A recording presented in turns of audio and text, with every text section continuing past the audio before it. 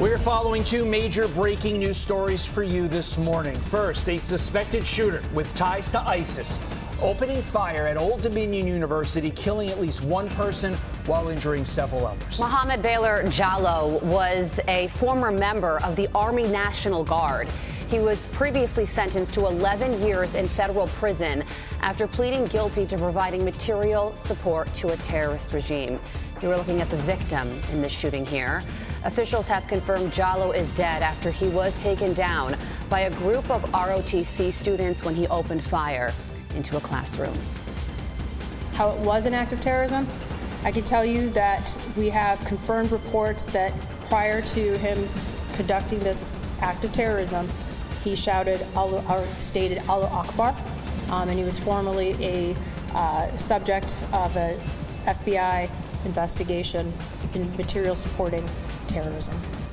The victim has been identified as Lieutenant Colonel Brandon Shaw, a Virginia native who joined the Army in 2003. You are watching Fox and Friends First on this Friday morning. I'm Carly Shimkus. And I'm Todd Pyro, and just hours later, an armed suspect ramming his car through a Michigan synagogue as dozens of preschool students and staff were inside.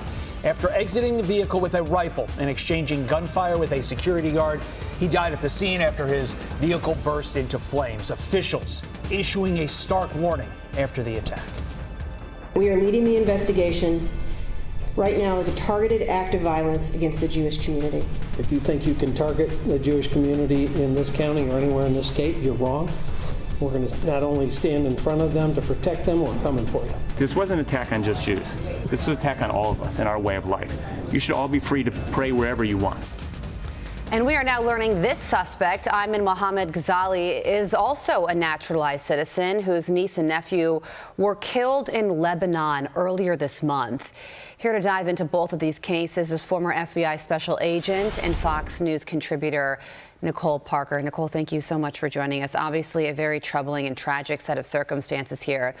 And we mentioned the through line in both of these cases is that these gunmen were naturalized citizens. And in the Old Dominion shooting, this is someone who was found guilty of providing material support to ISIS after telling an FBI informant that he wanted to launch a terror attack of his own inspired by the Fort Hood shooting, and he wanted to do it during Ramadan. He was sentenced to 11 years in prison, was released early, and then did almost exactly what he said he was going to do by attacking service members during Ramadan. It makes us all wonder how vulnerable we all are when clear oversights, mistakes, terrible decisions like this are made.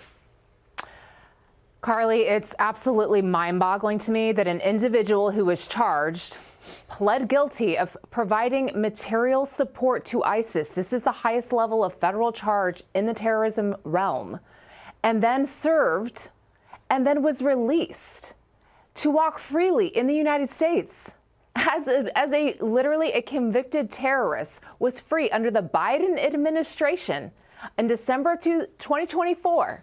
And I believe it's because the Biden administration was so focused on going after President Trump and his supporters and rolling out the red carpet at our southern border that they allowed an individual to walk freely and enjoy the freedoms and rights of an American citizen. You are not permitted to perform acts of violence or terrorism as a naturalized citizen against anyone, let alone us here in America. This is not okay. This never should have happened. This person should have been denaturalized and deported from the United States immediately. It is a privilege, not a right, to become a naturalized citizen in this country. And that, to me, is absolutely despicable and reprehensible. Again, a known terrorist who had actually pled guilty to terrorism charges was allowed to perform a terrorist act against us. Not okay. And Senator Eric Schmidt proposing exactly what you just said, that these individuals should have been denaturalized. And also, just as a side note, if you pledge your support to ISIS and you get convicted of such, it seems like there should be a no exceptions, 100% of the time rule that, one, you should be in prison for the rest of your life, and two, if you somehow are let out, you should be sent away. But going forward, Nicole, there's a security element of all this. And as a parent, you hear daycare, your mind goes to a really, really dark place.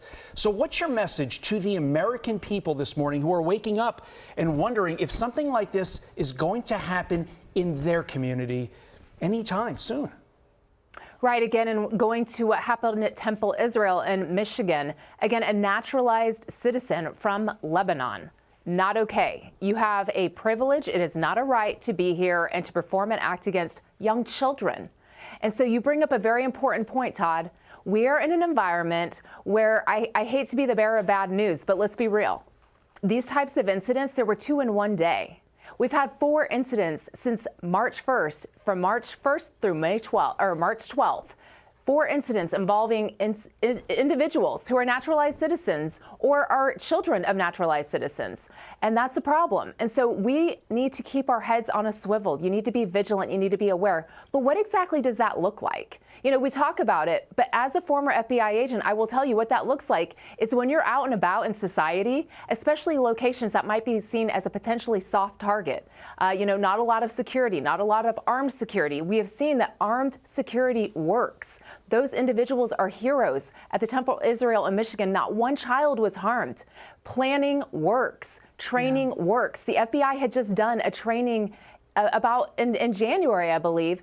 And that is what potentially saved many, many lives. And look at those ROTC members at Old Dominion. They literally took down the terrorist. And that's what we need to do. We need to keep our heads on a swivel. Be aware. Do not be buried in your cell phone. Be aware, be vigilant. And when you see something, you really do need to say something.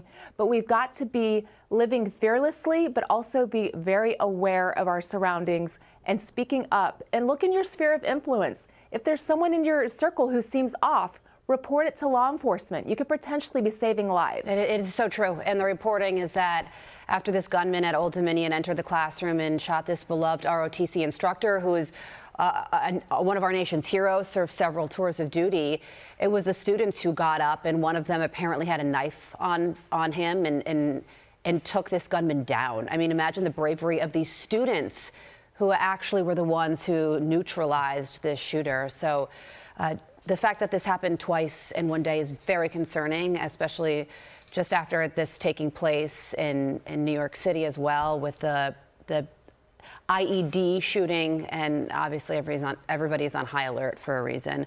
Nicole, thank you so much for joining us. Thanks, Nicole.